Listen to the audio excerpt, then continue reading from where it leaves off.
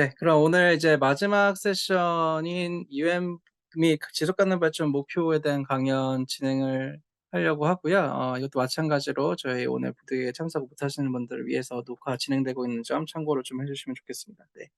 그럼 이제 본격적으로 이제 UN 및 지속 가능 발전 목표에 대한 강연 진행을 시작을 할 텐데 편안하게 들어 주시면 되고요. 저는 이제 약간 강연 스타일이 저 혼자 떠드는 걸 좋아하진 않아요. 그래서 제가 중간중간에 막 질문들을 많이 던질 거고 여러분들 어쨌든 간에 UN에 대해서 좀 필수적으로 알고 계시면 좋은 정보들이니깐요. 제가 질문 드리면은 뭐 어려운 질문들은 아니니까 편안하게 답변해 주시고 같이 참여를 해 주시면 대단히 감사드리겠습니다. 네. 첫 번째 이제 유엔에 대해서 진행을 할 텐데 그 해당 기구에 대해서 이해를 하려면 그 해당 기구가 설립된 그 배경에 대해서 알아보는 게 굉장히 중요할 것 같아요. 그래서 그 유엔의 설립 배경부터 좀 살펴보도록 하겠습니다. 네.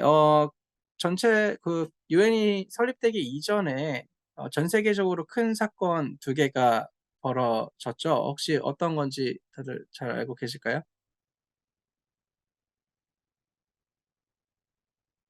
세계대전이요? 네. 잘 말씀해 주셔서 세계 1차 대전과 세계 2차 대전이 있었고요. 세계 1차 대전을 끝으로 유엔의 모태가 되는 기구가 하나 설립되게 되는데요. 혹시 무엇인지 다들 알고 계시죠? 네. 바로 1920년 1월 20 일에 국제 연맹 리그 오브 네이션스가 창설이 되게 됩니다.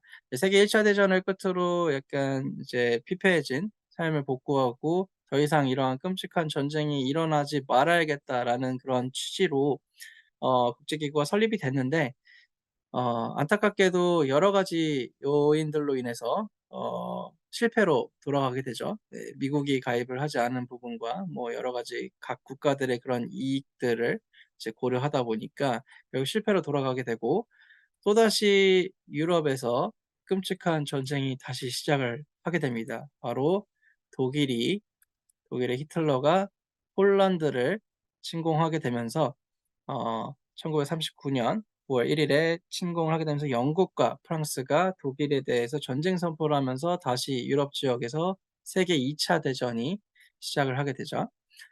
그다음에 이제 지구 반대편에서도 또 어떤 사건이 벌어지게 되는데 바로 일본이 미국의 진주만을 공격하게 되면서 이 세계 2차 대전은 전 세계적으로 확대가 되고 또 이걸 계기로 미국이 이제 합류를 하게 되면서 연합국과 추축국 간의 그런 전쟁으로 크게 이어지게 됩니다.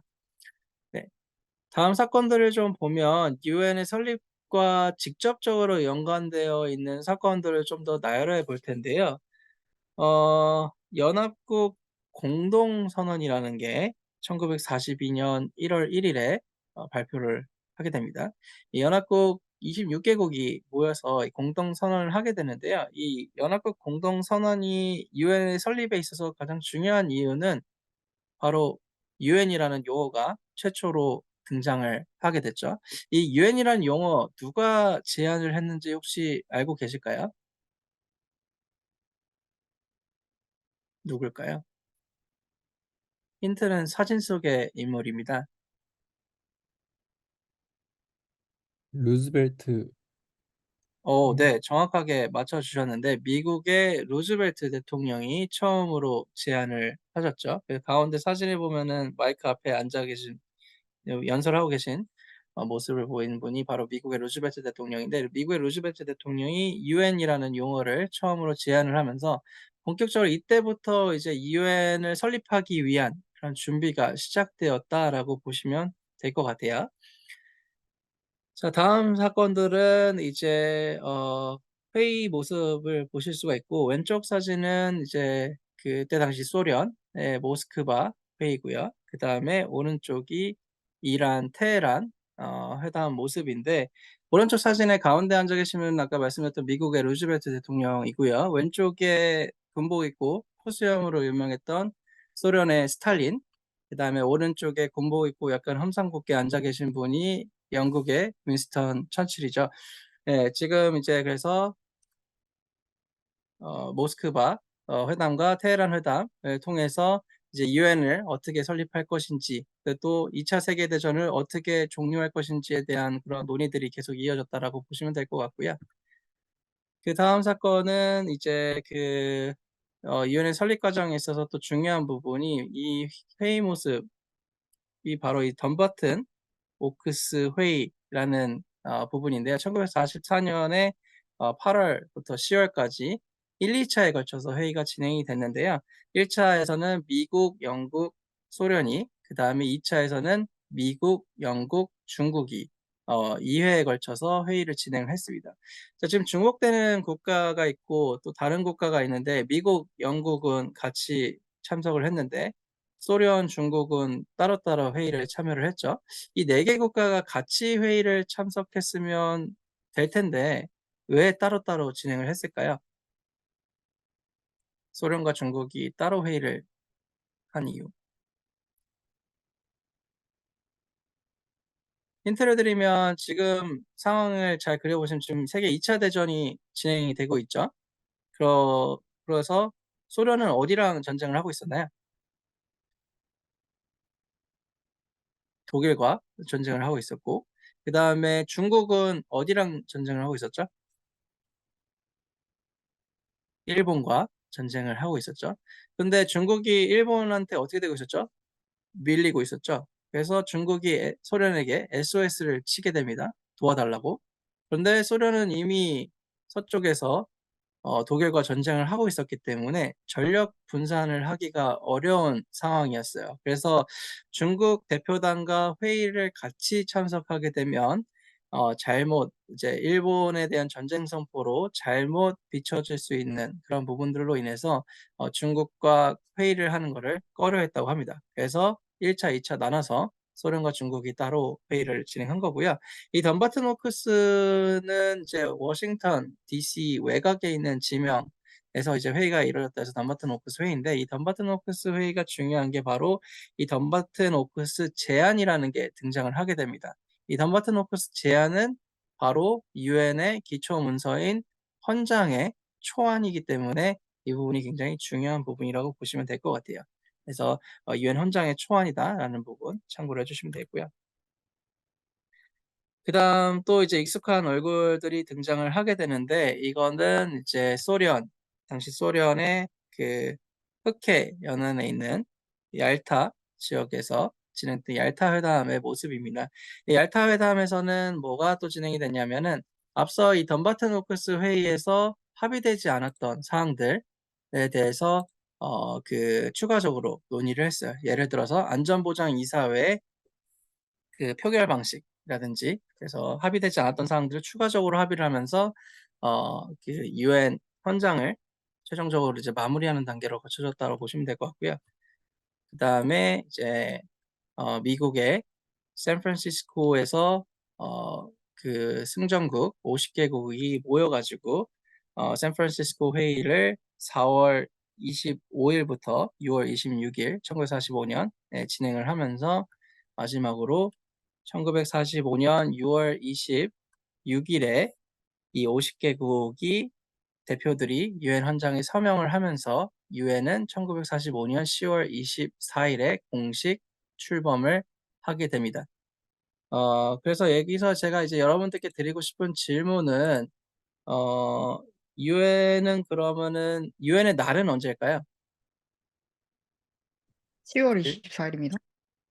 네. 지현 씨께서 되게 빠르게 답변을 해주는데, 두 일자가 보여가지고 고민을 하셨을 거라 생각이 드는데, 10월 24일 정확하게 맞춰주셨어요. 네. 그래서 얼마 전이었죠. 네, 10월 24일. 그래서 매년 이제, 유엔은, 예, 이제 유엔을 공식 출범한 일자를 기념해서 다양한 행사들을 진행하고 있는데, 뭐, 이날 바로 제정이 됐던 건 아니고요. 1947년에 유엔 총회를 통해서 이제 유엔의 날을 기념하자라는 그런 부분들을 정하면서 지금까지 이제 유엔의 날을 기념해 오고 있다라고 보시면 될 것 같아요.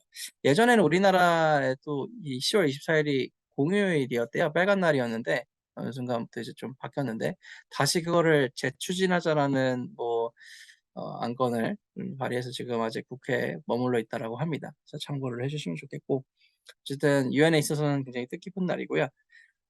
유엔은 그럼 몇 개 회원국으로 시작을 했을까요?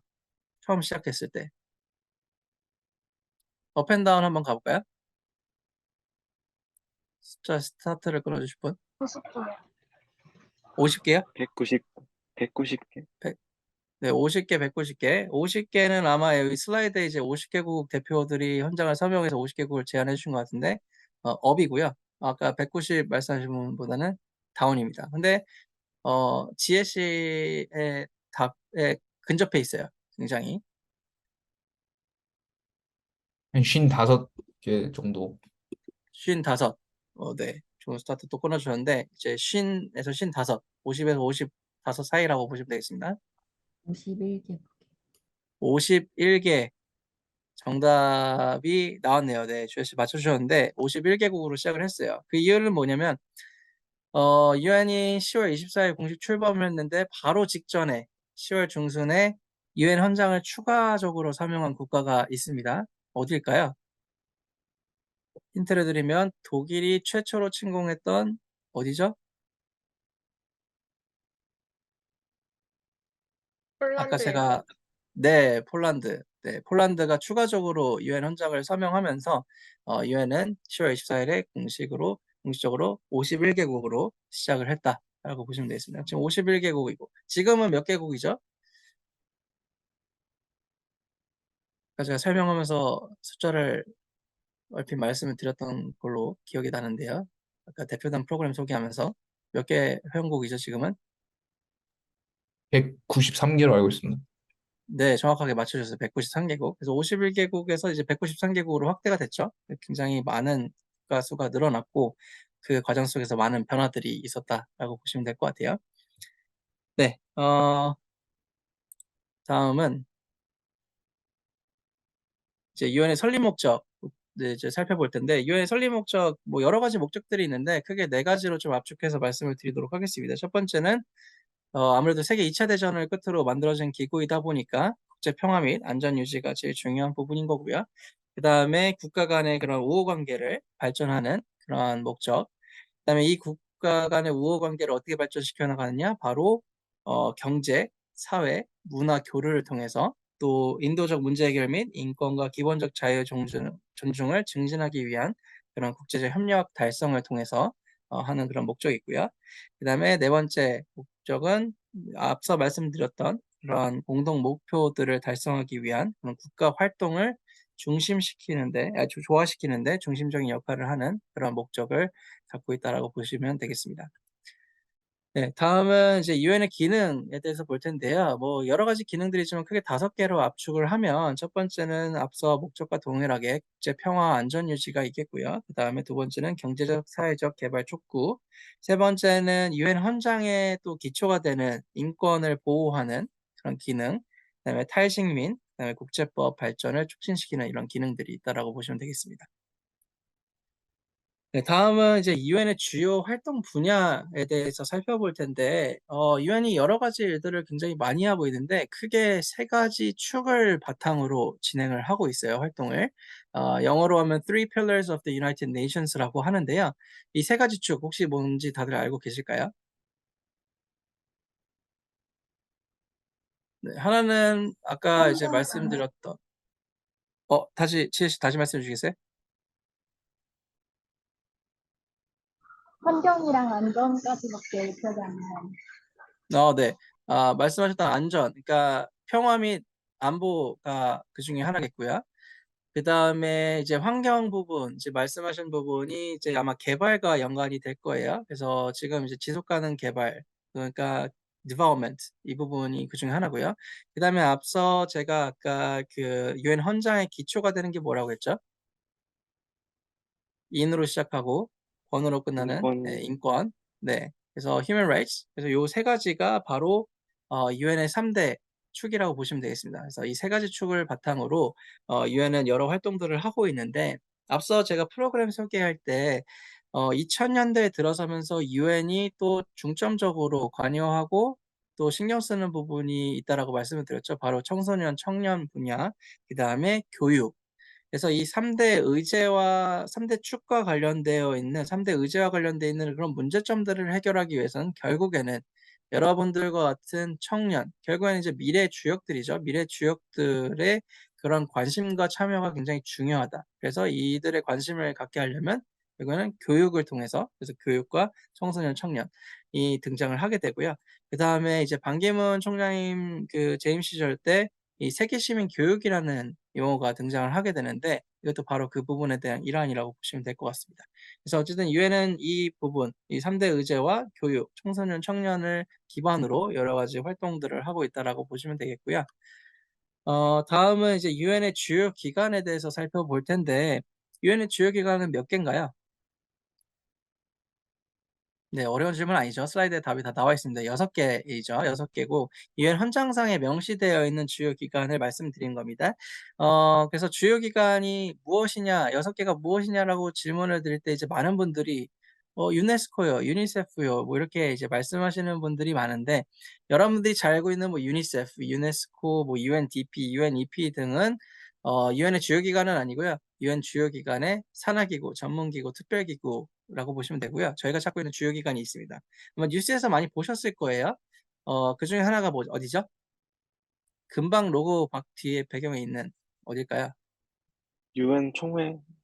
네, 유엔 총회 제너럴 어셈블리가 있고요. 그 다음에 또 뉴스에 자주 등장하는 곳이 하나 또 있어요. 북핵, 뭐 북미사일 뭐 관련돼서 지금은 뭐 우크라이나 뭐 중동 전쟁으로 네, 안전보장이사회 말씀해 주셨고요. 그 다음에 경제 문제와 사회 문제를 다루는 곳은 어딜까요? 아까 제가 대표단 프로그램 네, 맞춰주셨네요. 경제, 사회, 이사회, 이커석. 그 다음에 뭔가를 대신 통치하는 걸 관리하는 곳. 신탁, 신탁통치사회 맞나요? 네, 맞아요. 신탁통치사회. 그 다음에 사무총장님이 수장으로 있는 곳을 무슨 국이라고 하죠? 네, 사무국. 네, 맞춰주셨고요. 그 다음에 하나 마지막이 법과 관련된 곳이에요. 국제 네, 사법재판소 ICJ 많이 들어보셨죠? 그래서 이렇게 6개 다 얘기를 좀 했습니다. 그래서 이 6개가 유엔의 주요 기관이다라는 부분 잘 알아두시면 좋을 것 같고요.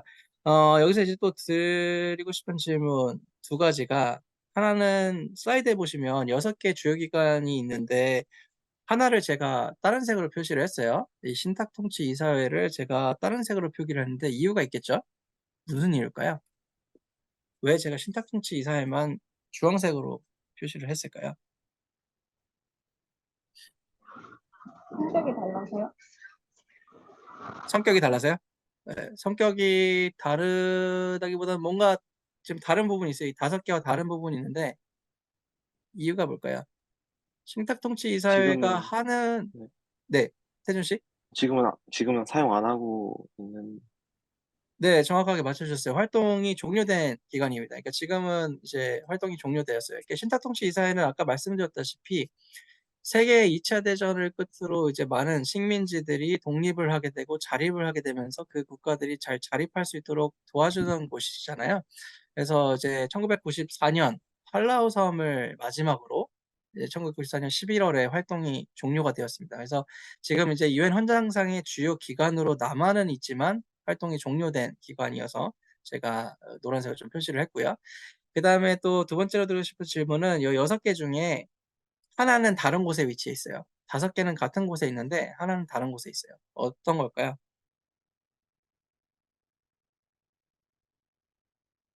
사법재판소요. 네, 국제사법재판소. 혹시 국제사법재판소는 어디에 있을까요? 우리나라랑 좀 연관이 되어 있는 건 우리나라 특사를 파견했던 곳이고요. 좀 더 힌트를 들면 풍차, 튤립으로 유명한 네, 네덜란드 헤이그에 위치해 있습니다. 그래서 ICJ는 네덜란드 헤이그에 위치해 있고 나머지 5개는 뉴욕 유엔 본부에 위치해 있다라고 보시면 되겠습니다. 이제 하나씩 좀 그 주요 기관에 대해서 좀 살펴볼 텐데 많이들 보셨죠? 그 유엔 총회장 매년 그 9월 셋째 주에 그 유엔 총회 위크가 일어나게 되면서 뉴스에서도 각국의 수장 분들이 올라와서 연설하는 모습을 자주 보실 수가 있는데요. 유엔 총회는 어떻게 보면은 이제 유엔의 전체 회원국이 다 포함되어 있는 193개국이 다 포함되어 있는 기관이고 가장 중추적인 기관이라고 보시면 될 것 같아요. 그래서 메인 기관이고요.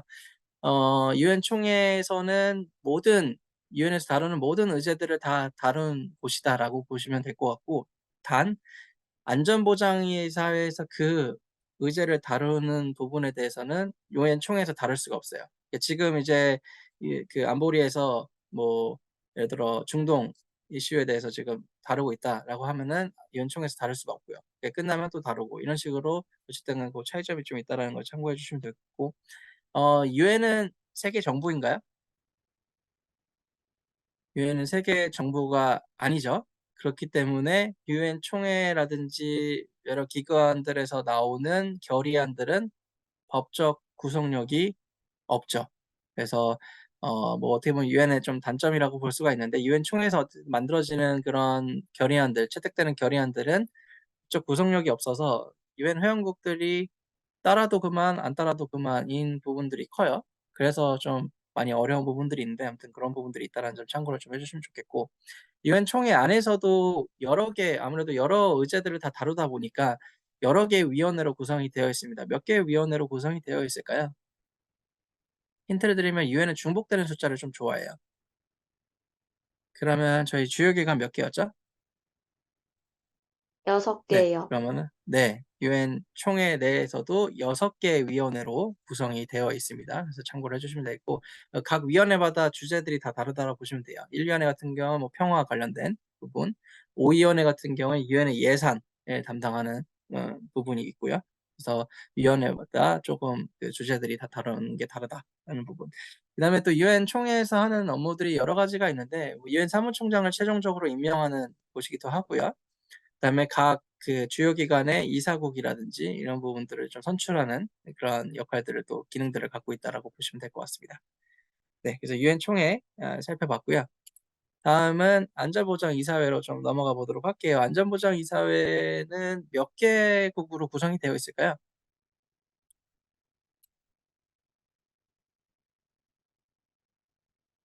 몇 개 이사국일까요? 5개로 업앤다운 알고 있습니다. 현우 씨 뭐라고 하셨죠? 뒤에 5개만 들었어요. 5개로 알고 있습니다. 15개라고 하셨네? 아니요, 그냥 5개 숫자 5로 그냥 알고 5개요. 네. 네. 5개 일부 정답이에요. 하나가 빠졌어요. 앞에 뭐가 빠졌어요? 그럼 답 다 나오셔야 되는데. 5개가 아닌 앞에가 뭐가 빠졌으니까 15개국으로 구성이 되어 있습니다. 그래서 안전보장에서 15개국으로 구성이 되어 있는데, 아까 이제 현우 씨가 말씀하셨던 5개국은 뭐냐면 상임이사국, 그러니까 고정되어 있는 이사국 5개가 있고요. 이게 그 세계 2차 대전 당시 주요 승전국 5개국이라고 보시면 돼요. 그래서 미국, 영국, 프랑스, 중국, 러시아 이렇게 5개국은 상임이사국. 그 다음에 10개의 비상임이사국으로 구성이 되어 있습니다. 그래서 이 비상임이사국은 임기가 2년이에요. 2년마다 이제 새로 선출되는. 그래서 1년마다 5개씩 지금 새로 선출이 되거든요. 우리나라가 그 비상임이사국으로 최근에 선출이 됐죠. 그래서 2024년부터 2025년까지 2년 동안 이제 비상임이사국으로 활동을 하게 될 거고요. 이번이 우리나라가 3회째 맞이하는 비상임이사국 진출이에요. 그래서 참고를 하시면 좋을 것 같고, 안전보장이사회 특징들을 좀 살펴보면, 아까 유엔 총회에서는 결의안이 채택되고 나서는 법적 구속력이 없다라고 말씀을 드렸는데, 안전보장이사회만큼은 여기서 채택되는 결의안은 법적 구속력이 있습니다. 그래서 국가들이 따라야 돼요. 그래서 유엔 회원국들이 따라야 되는 그런 부분. 그래서 여러분들 이제 북한 핵 관련해서 이제 뭐 그 생션을 가야겠다라는 안전보장 이사의 결의안에 따라서 북한이랑 뭐 교류하고 뭐 물자 교환하고 이런 국가들을 이제 처벌하고 하는 그 제재를 가하고 하는 부분들이 바로 이 결의문 때문이라고 보시면 될 것 같아요. 그래서 그런 부분들 참고를 하시면 되겠고, 음, 그 다음에 또 안보리의 특성 중에 하나가 5개의 상임이사국이 갖고 있는 막강한 파워가 있어요. 뭘까요? 뭘 거부하는 권리예요. 그래서 거부권인데요. 거부권. 영어로 하면 비토 파워죠. 네.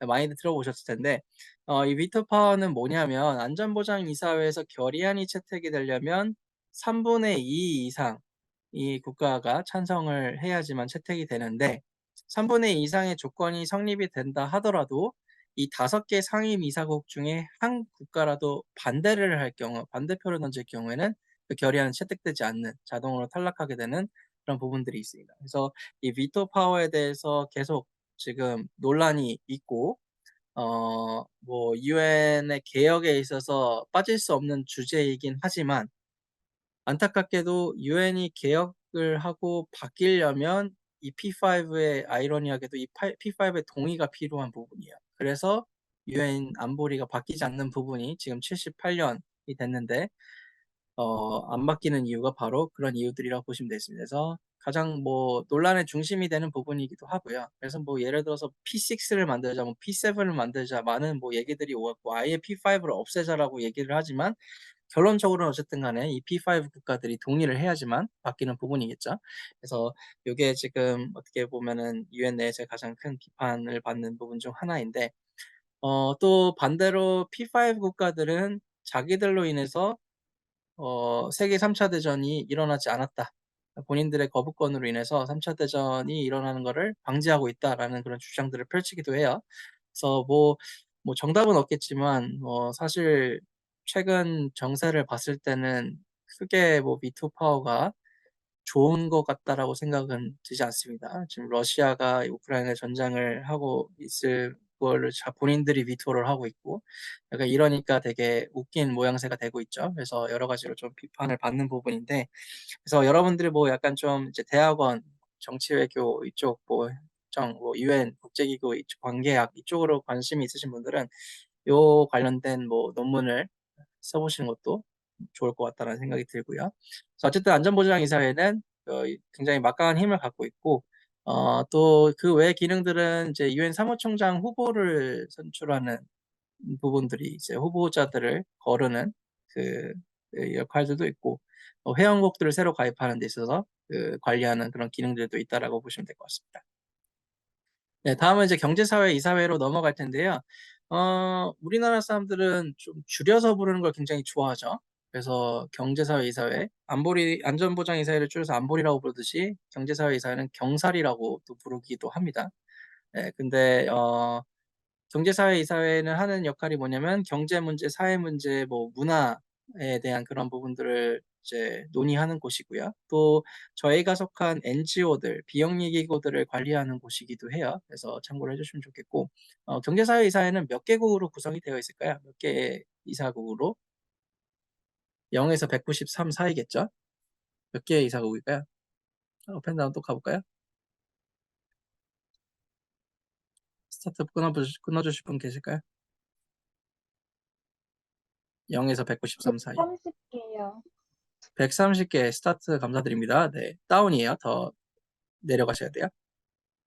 50으로 해보겠습니다. 50, 오, 근접했어요. 50과 130 사이입니다. 54요. 54, 네, 정답을 맞춰주셨네요. 네, 54개국으로 구성이 되어 있고요. 처음부터 54개국은 아니었고 18개 국가로 시작을 해서 36개국, 그다음에 이제 지금의 54개국으로 구성이 되어 있고 54개국의 임기는 3년입니다. 그래서 1년마다 18개씩 지금 계속 바뀌고 있고요. 그래서 어쨌든 3년 임기를 가지고 근무 활동을 하고 있고, 우리나라랑 조금 연관지어서 우리나라 분 중에 한 분이 경제사회 이사회 의장을 역임하셨던 적이 있으세요? 누굴까요? 힌트를 드리면 오자로 시작하고 준자로 끝나시는 분이세요. 오자로 시작하고 준자로 끝나시면 머릿속에 딱 떠오르시는 분이 계실 텐데 누구시죠? 오준 전 유엔 대사님, 네, 오준 전 유엔 대사님이 경제사회 이사회 의장을 역임하셨던 적이 있다라는 거 그냥 펀팩트로 알고 계시면 될 것 같습니다. 네, 네, 다음인 국제사법재판소로 넘어가 보도록 할게요. 네, 여기는 재판소다 보니까 이사국이 아니라 누구들로 구성이 되어 있죠? 재판관들로 구성이 되어 있죠. 몇 명의 재판관으로 구성이 되어 있을까요? 힌트를 또 드리면 유엔은 중복되는 숫자를 좋아한다라고 다시 말씀을 드릴게요. 그럼 몇 명인가요? 그럼 이제 좀 머릿속에 이제 6명인가? 근데 사진에는 더 많은데 그럼 몇 명이죠? 안전보장이사에 몇 개 이사국이었나요? 15. 15개국이었으니까 네, 재판관도 15명으로 희원 씨 감사드려요. 15명으로 구성이 되어 있습니다. 네, 재판선이 이제 판결을 내려야 되니까 짝수면 안 되겠죠. 그래서 6명은 안 되고 15명으로 홀수로 구성이 되어 있습니다. 이 국제사법재판소가 하는 역할은 뭐냐면 보통 이제 판결을 받는 곳에 가면 이제 뭐 개인 대 개인, 뭐 개인 대 국가 이렇게 뭐 개인 대 기업 이렇게 하는데 국제사법재판소는 국가 대 국가의 분쟁에 대해서 판결을 내려주는 곳이에요. 그러니까 개인 대 국가가 아니라 국가 대 국가의 분쟁에 대해서. 그래서 ICJ 하면은 많이 등장하는 뉴스가 있죠. 우리나라에서 뭐죠? 독도 영토 분쟁 관련해서 자주 등장을 했었죠. 근데 하나의 특징이 있어요. 이 ICJ에서 모든 국가의 분쟁을 다 다루는 건 아니고요. 그 해당 분쟁에 있는 국가들이 ICJ에 가서 판결을 받자 합의를 해야지만 ICJ에서 판결을 내려줄 수가 있는 겁니다. 그렇기 때문에 우리나라의 독도 문제는 우리나라가 거부를 하기 때문에 ICJ 판결을 까지 안 올라간 거고요. 우리나라는 뭐 명목적으로는 이거 우리나라 땅인데 굳이 왜? 라고 이제 주장을 하는 건데 뭐 여러 가지 이제 우리가 그 ICJ로 못 가져가게 하는 이유들이 있죠. 뭐 재판소에 재판관이 일본 분이 계신 분도 있고 그다음에 이제 판결을 내릴 때는 어떤 기준을 가지고 판결을 내리잖아요. 근데 그 판결 기준이 우리한테 조금 불리한 부분들도 있어서 우리나라는 그런 부분들을 좀 거부하고 있다는 점 참고를 하시면 되겠습니다. 어쨌든 간에 국제사법재판소는 국가와 국가 간의 그런 분쟁에 대해서 판결을 내려주는 곳이고 그 해당 분쟁에 속해 있는 국가들이 모두 동의를 해야지만 ICJ로 문제를 가져갈 수 있다는 부분 참고를 해주시고 15명의 재판관과 장소는 네덜란드 헤이그에 위치해 있다 알아두시면 좋을 것 같아요. 네, 마지막으로 신탁통치이사회 여러분들 BTS 좋아하시나요? 방탄소년단? 네, BTS가 유엔에서 연설을 2번 했죠. 네, 2018년에 한 번 했었고 작년에 한 번 했었고 기억하실지 모르겠지만 18년 당시의 모습이고요. 유니세프 행사에서 이제 발표를 했던 모습인데 이 장소가 바로 신탁통치이사회 회의장 모습입니다. 그래서 아까 이제 신탁통치이사회는 활동이 종료되었다라고 말씀을 드렸는데 신탁통치이사회 활동은 종료되었지만 회의장은 그대로 유엔 본부에 위치해 있고요. 그래서 이제 다양한 유엔 회의라든지 행사들을 진행하는 곳으로 지금 활용이 되고 있다는 부분 참고를 해주시면 되겠습니다. 네, 다음은 이제 유엔 조직도를 보여드리는데 왼쪽에 이제 적혀 있는 게 유엔의 주요 기관 저희가 방금 살펴보았던 6개 주요 기관이 모습을 보실 수가 있고요. 이제 오른쪽에 이제 보이시는 게 뭐 유니세프도 보이고 유네스코도 보이고 UNDP, UNEP 뭐 등등 여러 가지 유엔 기구들이 다 이제 여러분들이 좀 많이 들어봤던 기구들이 많이 등장을 하게 되죠. 바로 여기가 이 부분이 유엔 주요 기관의 산하기구, 전문기구, 특별기구. 네, 그래서 이렇게 참고를 해주시면 될 것 같아요. 그래서 유엔은 어쨌든 간에 굉장히 거대한 조직이고 여러 가지 기구들로 구성이 되어 있다는 점을 참고해 주시면 되겠습니다. 네, 다음은 이제 유엔 본부 및 사무소 살펴볼 텐데요. 크게 4가지 위치에 있다라고 보시면 될 것 같아요. 그래서 유엔 본부는 여러분들 이제 1월에 방문하게 될 뉴욕에 위치를 해 있고 지금 여기 지도상 보면 유럽에 2군데, 그다음에 아프리카에 1군데를 보실 수가 있는데 첫 번째는 어딜까요? 치즈로 유명한 곳이에요. 그럼 어디죠? 스위스? 네, 스위스 제네바에 위치해 있고요. 아프리카부터 볼게요. 아프리카는 어디에 있을까요? 킬리만자로 산과 사파리 등으로 유명한 곳이죠. 케자로 시작하고 야로 끝나는 태준 씨 아마 말씀하시려고 했던 것 같은데 네, 케냐 수도 어디죠? 에티오피아, 뭐, 케냐 나이로비. 네, 케냐의 수도 아니구나. 나이로비에 위치해 있습니다. 그 다음에 다시 이제 유럽 하나 남은 걸로 돌아오면 소세지로 유명한 곳이에요. 라고 얘기를 하면 독일이라고 다들 답변을 하시잖아요. 근데 여러분들 고등학교 시절을 좀 떠올려 보면 우리나라에 친숙한 소세지가 있습니다. 뭐죠?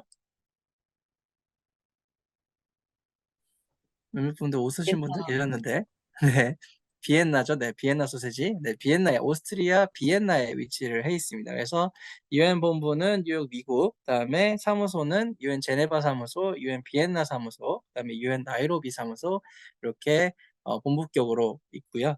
그다음에 뭐 아시아 태평양 지역에서는 이제 태국 방콕에 좀 여러 유엔 기구들이 모여 있고, 또 우리나라에도 뭐 서울이라든지 인천에 많은 기구들이 또 포진을 해 있는 점 보실 수가 있습니다. 네, 뭐 하나씩 그 해당 주요 본부 사무소 사진들인데요. 이거는 제가 직접 그 이정 기수 대표단들과 같이 갔을 때 찍었던 사진이에요. 저희 그 유엔 본부 뉴욕 본부 사무실이 그때 당시에는, 지금은 조금 더 아래로 대표부, 저희 한국 대표부 옆 건물로 이전을 했는데, 저희 사무실이 그전엔 유엔 본부 여기 바로 앞에 이렇게 맞은편에 있어가지고 그때 찍었던 사진이고요. 그다음에 이거는 제네바, 그다음에 비엔나, 그다음에 케냐의 사무소 사진입니다. 저희 사진에 보시는 그 카리부니라는 그 글자가 보이실 텐데, 이 카리부니가 이제 스와힐리어로 환영합니다. 그리고 거기 이제 유엔자가 들어가서 이제 유엔 파란색으로 표기를 해서 약간 좀 이중적인 의미로 좀 꾸며 놓았다라고 합니다. 참고를 하시면 되겠고요. 그래서 기회가 되신다면 뭐 이번 1월에 이제 뉴욕은 가실 거고, 또 기회가 되시면 다른 뭐 제네바라든지 비엔나, 케냐 방문하실 기회가 있으시면 한번 그 유엔 본부 견학을 해보시는 것도 추천을 드려요. 참고를 하시고. 네. 그럼 이제 다음은 이제 유엔 공식 언어로 넘어가도록 할 텐데요. 공식 언어 총 몇 개 있죠? 네, 유엔은 중복되는 숫자를 좋아해요. 굉장히 좋아하는 것 같아요. 6개 슬라이드에 답이 다 나와 있죠. 6개가 있고요. 이 6개 언어 어디일까요?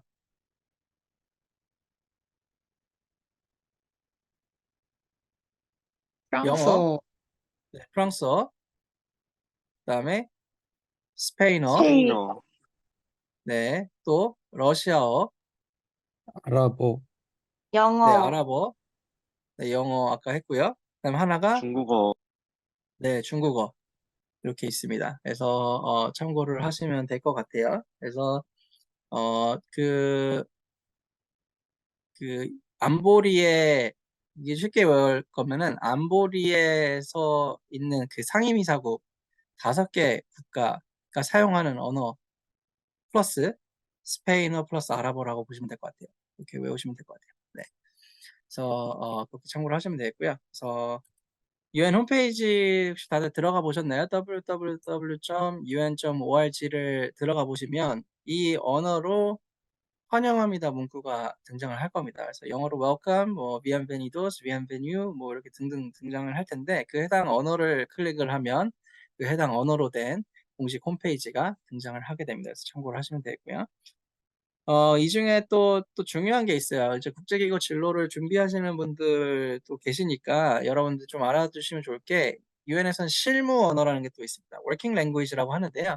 이 워킹 랭귀지 언어 2개가 있어요. 제일 많이 쓰이는 언어 2개라고 보시면 되는데, 바로 영어와 프랑스어 이렇게 2개가 이제 워킹 랭귀지로 사용이 되고 있습니다. 그래서 이 6개 공식 언어는 다 문서는 이제 뭐 번역이 다 제공이 되고 통역이 제공이 되는데, 주로 이제 그 유엔 내 회의할 때 모습을 보면 발언하시는 분들이 영어 또는 프랑스어로 발언하는 모습을 자주 볼 수가 있을 겁니다. 그래서 실무 언어는 영어, 프랑스어. 그래서 국제기구 쪽을 관심 있으신 분들은 이 언어 2개 중에 하나는 필수적으로 해야 된다는 것을 참고를 하시면 될 것 같아요. 그래서 영어 또는 프랑스어 둘 중에 하나는 필수적으로 해야 된다라는 부분 참고를 하시면 되겠고요. 뭐 지역에 따라서 더 쓰이는 언어가 다를 것 같아요. 약간 아프리카 쪽에서 활동을 하고 싶으신 분들은 프랑스어를 좀 더 신경 쓰시는 게 더 좋을 것 같고요. 그다음에 그 외에 뭐 다른 지역의 언어를 추가적으로 한다라고 한다면 플러스 요인이 되겠죠. 그래서 참고를 하시고, 어쨌든 영어, 프랑스어는 두 언어 중에 하나는 필수적으로 해야 된다라는 부분 참고를 하시면 되겠습니다. 그다음에 이제 역대 유엔 사무총장님들 사진이 보이는데, 오른쪽에는 저희 익숙한 그 자랑스러운 한국인 유엔 그 반기문 전 사무총장님 얼굴이 보이고요. 그 옆에는 서거하신 코피 아난 보이시는데 이 유엔 사무총장의 임기는 몇 년일까요?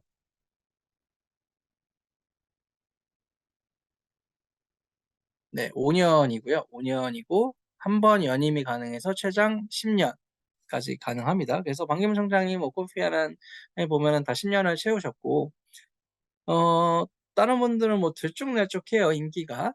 그 이유를 보면 뭐 이제 그 재난 지역에 이제 비행기 타고 이제 거기를 현장 방문차 갔다가 비행기 폭파 사고로 서거하신 분도 계시고 또 그 사무총장을 아까 제가 어디서 최종 선출을 한다고 했죠? 최종 임명은 유엔 총회에서 하지만 후보자들을 거르는 작업을 어디서 한다고 했죠?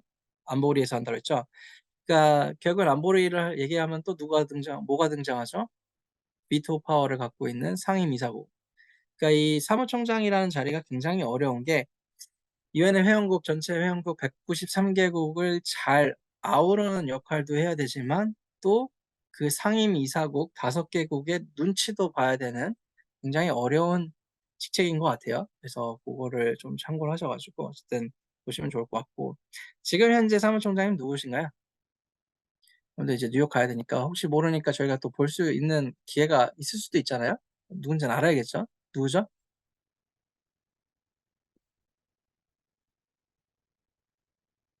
안으로 시작하죠. 안토니오 안토니오, 네, 준호 씨 감사해요. 안토니오 구테르스, 포르투갈 분이고요. 반기문 총장님 뒤를 이어서 지금 이제 5년 임기 1회는 끝나셨고 연임을 성공하셔가지고 지금 2회차 진행을 하고 계십니다. 그래서 어쨌든 이번에 1월에 갔을 때 볼 수 있는 기회가 있을지 모르겠지만 지나가다가 꼭 만나시면 저분 사무총장님이다 하고 인사를 하시면 될 것 같아요. 네. 그다음에 이제 유엔에 대한 전반적인 여러분들이 알아두셔야 될 내용들은 전달해 드렸고요. 간단하게 이제 지속 가능 발전 목표, 그다음에 마지막에 조금 제가 팁으로 국제기구 진로에 대한 정보들 좀 정보하면서 오늘 강의 마치도록 하겠습니다. 네, 뭐 SDG에 대해서 많이들 들어보셨을 거고 잘 아실 거라 생각이 드는데요. 하나씩 하나씩 좀 살펴보도록 할게요. 지속 가능 발전 목표는 지속 가능한 발전을 위한 국제적 약속이다라고 이제 적혀 있는데 혹시 이제 지속 가능한 발전은 그럼 뭘까요?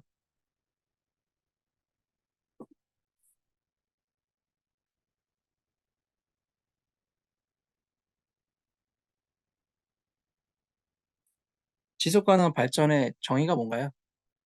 우리가 맨날 지속 가능한 발전, 네, 제시 말씀해 주세요. 착취하지 않고 공생하면서 지속적으로 제3국가, 선진국가 공동 발전이 가능한 게 지속 가능한 발전이라고 알고 있었어요. 그리고 네, 환경 보호도 좋은, 같이 간. 네. 네, 답변 감사드립니다. 네, 그러니까 머릿속에 이제 지속 가능한 발전에 대해서 정의를 생각을 할 때, 지속 가능한 뭔 것 같은데, 그다음에 발전이라는 단어가 또 등장해요. 결국엔 꼬여버려요.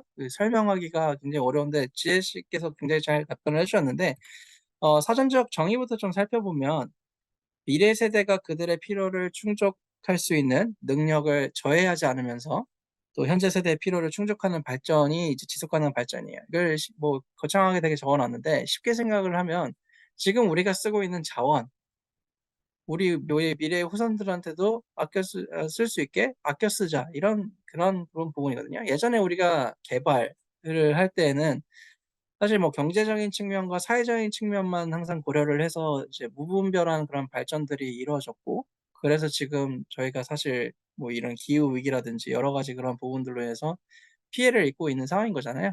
그래서 이제 개발을 얘기를 할 때는 경제적, 사회적 측면만 고려할 게 아니라 환경도 굉장히 중요하다라는 부분을 이제 강조하면서 이 지속 가능한 발전이라는 게 등장을 했다라고 보시면 될 것 같아요. 그래서 여러분들이 이 지속 가능한 발전을 항상 얘기할 때는 세 가지 축, 환경, 경제, 사회 이 세 가지 축을 잘 기억하셔가지고 이걸 잘 아우러서 하는 발전이다라는 거를 좀 생각을 해주시면 좋겠고 아무래도 포커스는 좀 더 환경 쪽에 이제 맞춰주기 시작한다라고 보시면 될 것 같아요.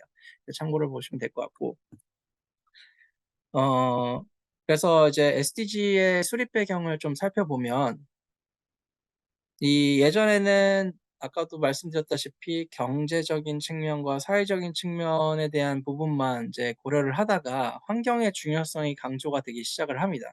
그래서 1972년 6월 5일에 그 UN 인간 환경 회의를 통해서 그 환경에 대한 국제 체계 기틀을 마련하게 되고요. 이때 이제 여러분들이 잘 알고 있는 UN 환경 계획 UNEP이 창설을 하게 됩니다. 그래서 이때부터 약간 좀 환경의 중요성이 강조가 됐다라고 보시면 될 것 같고요.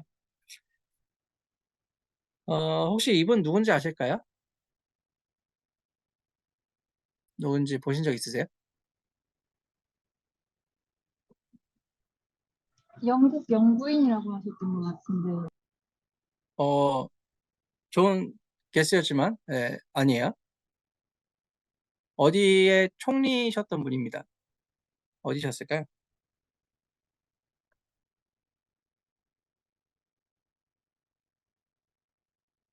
북유럽 쪽의 국가 중에 하나고요. 노자로 시작하는 국가 어디죠? 노르웨이. 네, 노르웨이 총리를 하셨던 분인데요. 그로할렘 브루틀란이라는 분이에요. 그래서 이분이 왜 등장을 하는지를 좀 보면 1987년에 이 세계환경발전위원회에서 그 브루틀란 보고서라는 게 이제 나오게 됩니다. Our Common Future라는 내용으로 이제 이 보고서가 나오게 되는데 이 보고서가 중요한 이유는 바로 이 지속가능 발전 개념, 여러 아까 설명드렸던 그 지속가능 발전의 정의가 이때 만들어졌다고 보시면 돼요. 그래서 이때 그 정의가 만들어졌고요.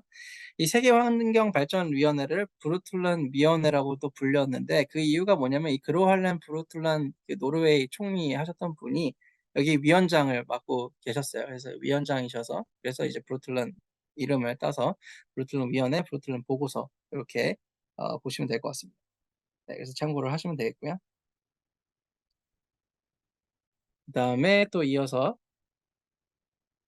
1992년 6월 3일부터 14일 진행되었던 UN 환경개발회의가 있었죠. 그래서 여기 여러분들 잘 알고 계시는 리오 데클레이션, 리오 선언이 이때 이제 만들어졌고요. 이때 지속가능발전위원회 CSD가 창설된 부분이 있습니다. 그래서 여러분 뭐 리오 데클레이션, 그 다음에 리오 플러스 10, 리오 플러스 20 뭐 이렇게 많이 들어보셨을 거예요.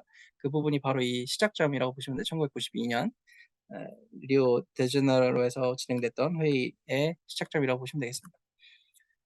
그 다음에 이 사진은 언제 사진일까요?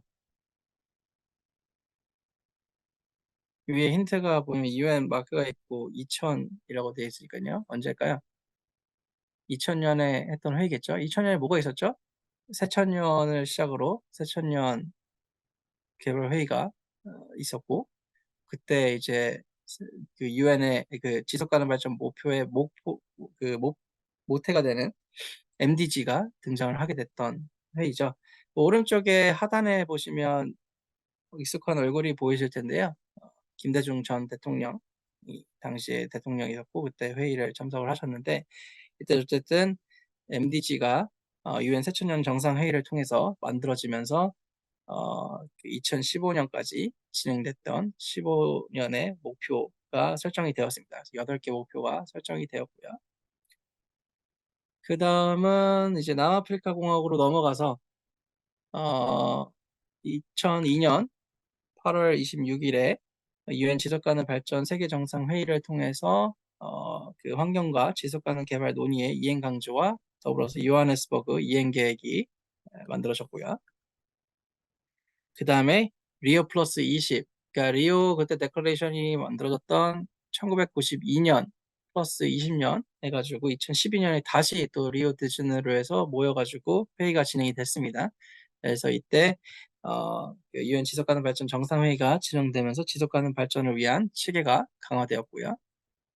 그다음에 마지막으로 2015년 9월에 SDG가 UN 개발 정상회의를 통해서 193개국의 찬성으로 채택이 되면서 지금 이제 우리가 2030년까지 달성하는 이 SDG 목표가 시작되었다라고 보시면 될 것 같습니다.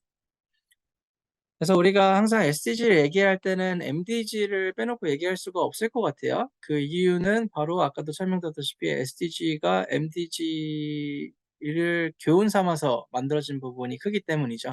그래서 그 구성과 이런 부분들을 좀 비교해서 살펴보면 MDG와 SDG의 차이점, 구성은 MDG 때는 8개 목표와 21개 세부 목표로 구성이 되어 있었고 SDG는 지금 17개 목표와 169개 세부 목표로 구성이 되어 있습니다. 굉장히 많은 확장이 이루어졌죠.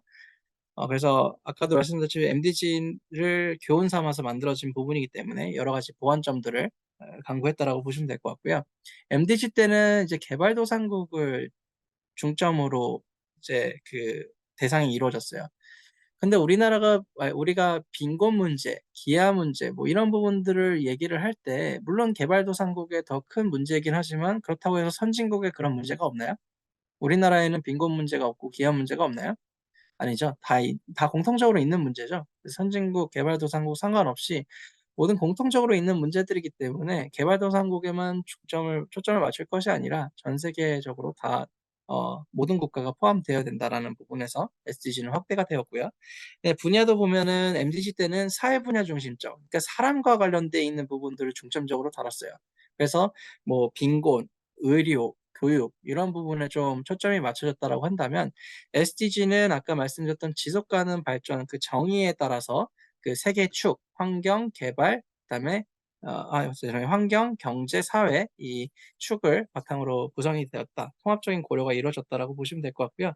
마지막으로 참여 부분에 있어서 국제기구 MDG 때는 국제기구와 정부만 중심적으로 참여를 했었는데 그러다 보니까 물론 국가와 국제기구가 열심히 한다 한들 결국에 이걸 이행하고 따라줘야 되는 부분이 누구죠? 바로 여러분들이 속해 있는 시민사회, 그다음에 기업들이 같이 해야 이 목표들을 달성할 수 있다는 것을 깨닫고 SDG에서는 모든 이해관계者다 참여를 시킵니다.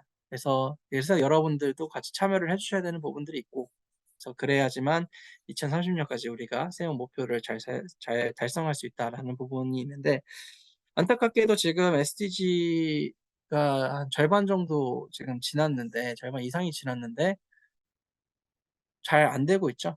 네. 그래서 지금 오히려 약간 코로나랑 여러 가지 그런 안 좋은 상황들로 인해서 역행하는 부분들도 발생을 하게 되고요. 그래서 지금 더 많은 관심과 참여가 좀 필요한 상황입니다. SDG 구성 체계는 뭐 간단하게 설명드리면 크게 목표와 세부 목표, 그다음에 지표 이렇게 있다라고 보시면 될 것 같고요. 목표는 어떻게 보면 그냥 원대한 꿈, 큰 꿈이라고 본다면 그 큰 꿈을 이룰 수 있게 세부적으로 세운 목표들이 세부 목표다라고 보시면 될 것 같고, 그다음에 지표는 이 세부 목표들을 달성하는데 우리가 얼만큼 달성했는지를 평가하는 요소들이라고 보시면 될 것 같아요. 그래서 이 세 가지 구성으로 이루어져 있고요. 마지막으로 SDG의 5가지 구성 요소, 우리가 5P라고 부르는데 이 5P는 뭐에 따온 거냐면 지금 보이시는 영어 단어 Planet, Prosperity, People, Peace, Partnership 이 5개 앞에 P를 따서 5P라고 부르는데 이 SDG가 여기서 이제 말씀드리고 싶은 부분은 SDG가 그냥 막 만들어진 게 아니다라는 부분을 좀 설명드리고 싶고요. 아까 말씀드렸던 지속 가능한 발전 정의 3개 축인 환경, 경제, 사회 그 3개 축과 더불어서 이거를 달성하기 위한 전제 조건 및 방법으로 구성되어 있다는 점을 여러분들이 좀 알고 계시면 좋을 것 같아요. 그래서 뭐 전문가들마다 조금씩 그 17개를 어디다 배정하는지에 따라 좀 다르게 나눠질 수 있겠지만 저는 좀 이렇게 구분을 좀 해봤고요.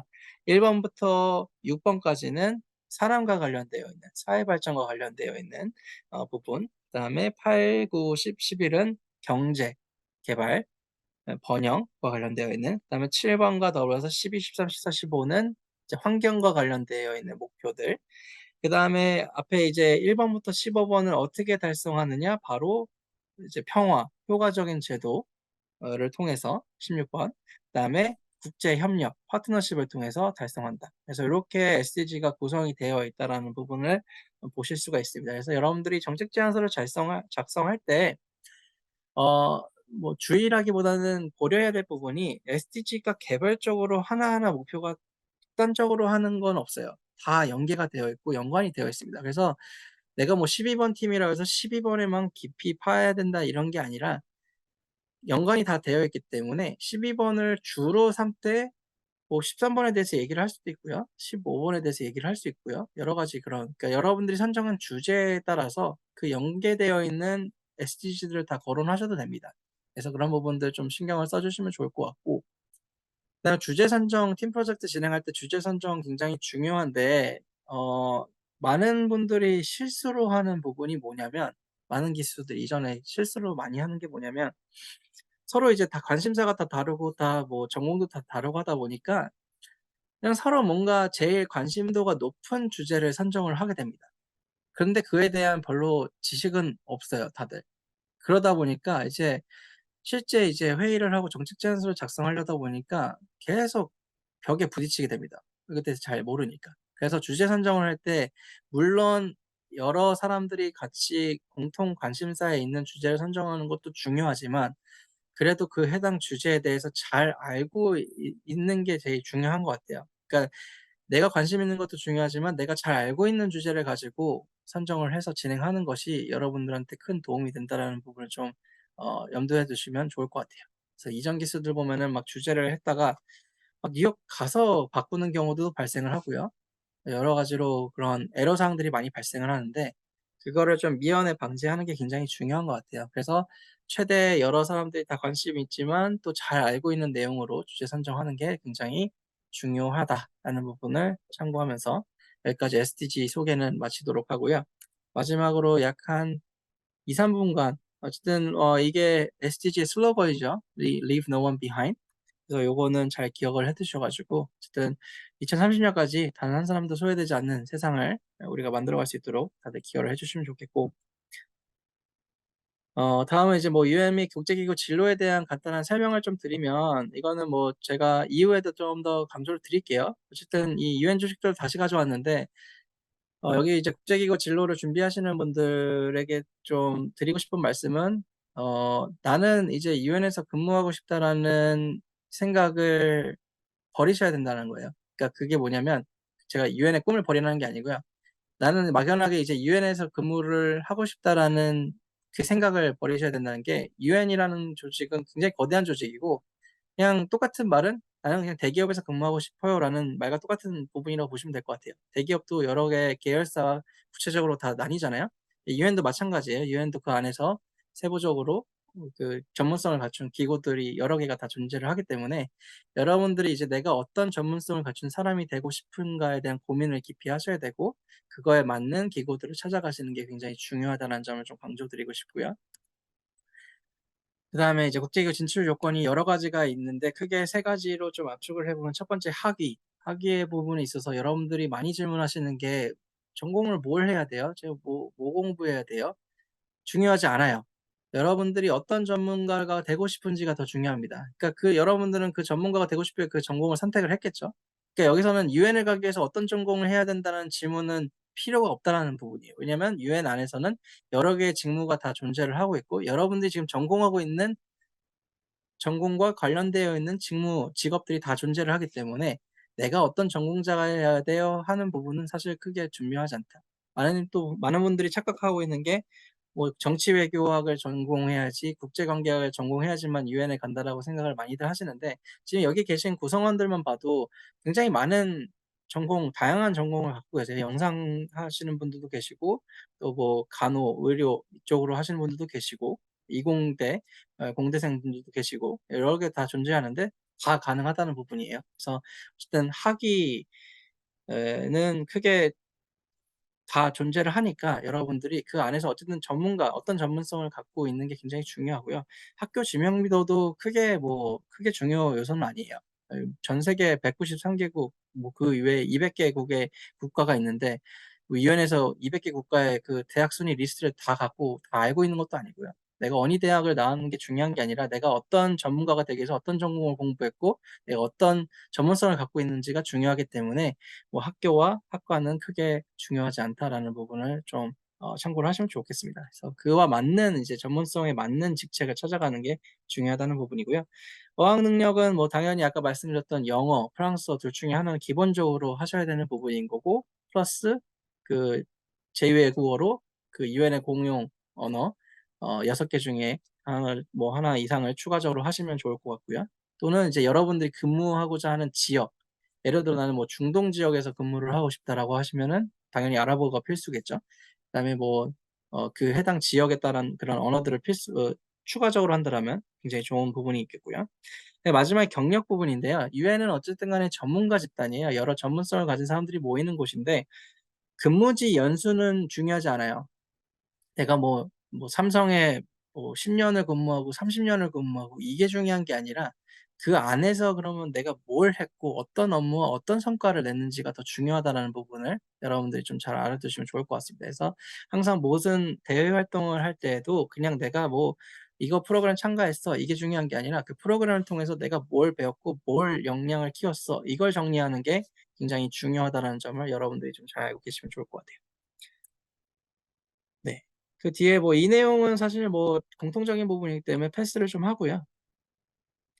그다음에 이거는 이제 그 유엔에서 진행하는 신층 면접에 항상 그 스토리텔링을 하기 위한 그 CAR 그 제도인데 어떤 상황에서 어떤 행동을 취해서 어떤 결과를 도출했는지 요걸 가지고 여러분들이 면접 때 스토리텔링을 하면은 항상 좋다라는 부분. 그러니까 아까 말씀드렸던 그 성과와 업무 부분에 연관되는 부분이겠죠. 그러니까 competency based 인터뷰이기 때문에 그런 부분에 대해서 좀 잘 참고를 하시면 좋을 것 같고요.